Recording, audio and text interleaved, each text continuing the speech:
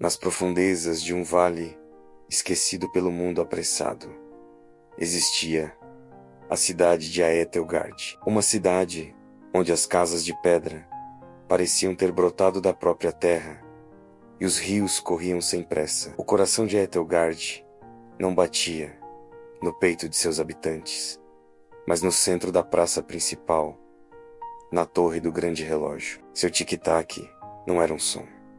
Era a respiração da cidade. Um ritmo sereno que ditava ao abrir das flores, a hora do pão quente nas padarias e o momento em que as luzes das casas se acendiam, uma a uma, como novas estrelas no anoitecer. Até que, numa terça-feira cinzenta, sem aviso, sem tempestade, sem motivo, ele parou. Um silêncio estranho e pesado desceu sobre Aethelgard. Não era a ausência de som, mas a ausência de ritmo. As pessoas se sentiam perdidas, como se flutuassem em um mar sem marés. O tempo não havia acabado, mas havia perdido sua alma. E na cidade, apenas um homem talvez entendesse a alma das máquinas que marcam o tempo. Kael, o velho relojoeiro. Kael vivia nos arredores da cidade, em uma pequena casa que mais parecia uma oficina de maravilhas. Lá dentro, centenas de relógios de todos os tipos conversavam entre si em um coro de tic-tacs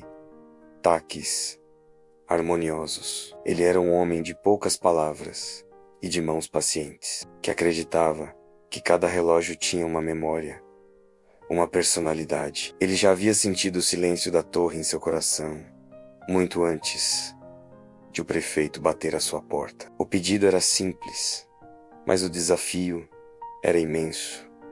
Kael, nosso tempo está quebrado. Você pode consertá-lo. Kael não respondeu com palavras. Apenas pegou sua maleta de couro, gasta pelos anos, cheia de ferramentas que pareciam mais instrumentos de um cirurgião do que de um artesão. E ao entardecer, enquanto a cidade prendia a respiração, ele começou sua lenta subida pela escadaria de pedra em espiral da torre do relógio, um degrau de cada vez, para encontrar o coração silencioso de Aethelgard. A subida era um ritual em si. Cada degrau de pedra, gasto no centro por séculos de passos, ecoava o som dos pés de Caep pelas paredes frias da torre. A luz do dia se filtrava por frestas estreitas, desenhando faixas de poeira dourada no ar, que dançavam lentamente à medida que ele subia. O cheiro era de pedra úmida, madeira antiga e o óleo, quase imperceptível, que um dia lubrificou o coração do tempo. Ao chegar ao topo, ele não encontrou uma cena de desastre. Não havia engrenagens quebradas ou molas arrebentadas. Havia apenas quietude, o grande mecanismo, um labirinto de rodas de latão, eixos de aço e contrapesos de chumbo. Estava imóvel, como um gigante adormecido. Kael não abriu sua maleta de ferramentas. Não no primeiro dia, nem no segundo. Durante 3 dias, ele apenas se sentou em um pequeno banco de madeira e observou. Ele observou como a luz do sol se movia pelo chão, marcando as horas que o relógio não podia mais contar. Ele ouviu o vento assobiando do lado de fora, a conversa distante das pessoas, na praça lá embaixo, o bater das asas de um pombo que fez ninho em uma viga. Ele estava diagnosticando a doença, não pela quebra, mas pela ausência. Em sua quietude, ele estendia a mão e tocava as engrenagens frias. Ele sentia a textura do metal, a suavidade do desgaste natural. Com um pequeno estetoscópio de relojoeiro, ele encostava nas peças principais, não para ouvir um som, mas para sentir uma vibração. E não sentia nada, um vazio. Foi no 4º dia que ele entendeu. O problema não estava na matéria, mas no espírito da máquina. Anos, décadas, séculos de pressa da cidade, de ansiedades não ditas, de preocupações com o futuro e de arrependimentos do passado. Tudo isso havia se acumulado como uma ferrugem invisível no coração do relógio. A peça central, o escape que libera o tempo em pulsos rítmicos, não estava quebrada. estava exausta, cansada de correr mais rápido do que a vida. Kael desceu da torre lentamente, com uma clareza no olhar. Na praça, os moradores o cercaram.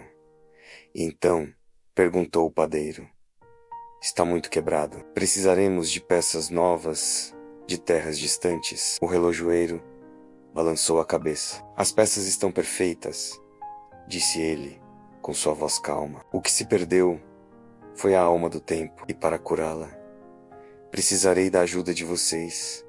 Ele não pediu ouro, nem materiais caros. Seus pedidos foram estranhos e simples. Ao padeiro, ele disse: traga-me um punhado da farinha do primeiro pão da manhã. A farinha que conhece a paciência do fermento e o calor do fogo amigo. Ao pescador, pediu: traga-me uma pedra do fundo do rio, alisada por 1000 anos de correnteza, uma pedra que entende o que é a constância e a perseverança. A velha tecelã, ele pediu: traga-me um fio de lã do seu tiar mais antigo, um fio que já aqueceu corpos e ouviu incontáveis histórias. Dia após dia, Kael recebia essas pequenas oferendas, e com elas subia novamente à torre. Desta vez, seus passos eram mais leves, pois não carregava apenas ferramentas, mas a esperança da cidade. Ele começou o ritual com a farinha da paciência, e usando um pincel de pelo de texugo macio, ele não limpava a poeira, mas a abençoava, cobrindo cada dente de cada engrenagem com o pó branco, como se dissesse: acalme-se, não há pressa. Depois, mergulhou a pedra da constância em uma tigela de cobre com água da nascente. Com um pano de linho puro, ele umedecia o metal do coração do tempo, a peça exausta. A água não lavava apenas a sujeira física, lavava a memória da febre, da ansiedade. Ele sentiu, sob seus dedos, um leve tremor, um suspiro do metal. Por fim, pegou o fio de lã da memória com um cuidado cirúrgico. Ele o teceu entre os grandes eixos e o eixo principal, não para prendê-los, mas para conectá-los com uma história. Era como se ele estivesse suturando uma ferida no espírito da máquina, lembrando a de que ela fazia parte de algo maior, de uma longa linhagem de momentos. Enquanto trabalhava, no silêncio da torre, ouviu um som suave atrás de si. Era Elara, a neta da tecelã, a menina de olhos curiosos que lhe entregara o fio de lã. Ela havia subido os degraus, sem fazer barulho. Senhor Kael, ela sussurrou, para não quebrar o encanto. Porque o tempo ficou triste. Kael parou, virou-se e sorriu. Um sorriso raro e gentil. O tempo não ficou triste, pequena Elara. Ele ficou cansado. Nós, as pessoas, pedimos demais dele. Queríamos que o futuro chegasse mais rápido. E esquecemos de viver com ele no presente. O tempo só precisa que a gente caminhe ao seu lado, não que a gente corra na sua frente, tentando alcançá-lo. A menina pareceu entender. Ela ficou ali, em silêncio, apenas observando o velho mestre terminar seu trabalho. Com o ritual completo, Kael sentiu que o espírito do mecanismo estava pronto, com suas ferramentas em mãos. Agora não como um mecânico, mas como um curandeiro, ele começou a remontar delicadamente cada peça. Cada eixo se encaixava com um clique suave e satisfatório. Cada engrenagem se alinhava à sua vizinha com uma nova harmonia. A cidade, lá embaixo, parecia sentir o que acontecia na torre. Um silêncio diferente tomou conta da praça. Não o silêncio pesado da ausência, mas o silêncio reverente da expectativa. O último parafuso foi apertado. Um último toque de óleo, como uma unção. E então, Kael se posicionou em frente ao grande pêndulo de latão. Ele não o empurrou com força, apenas encostou seus dedos nele.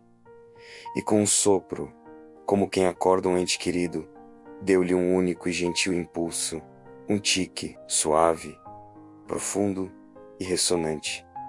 Ecoou pela torre.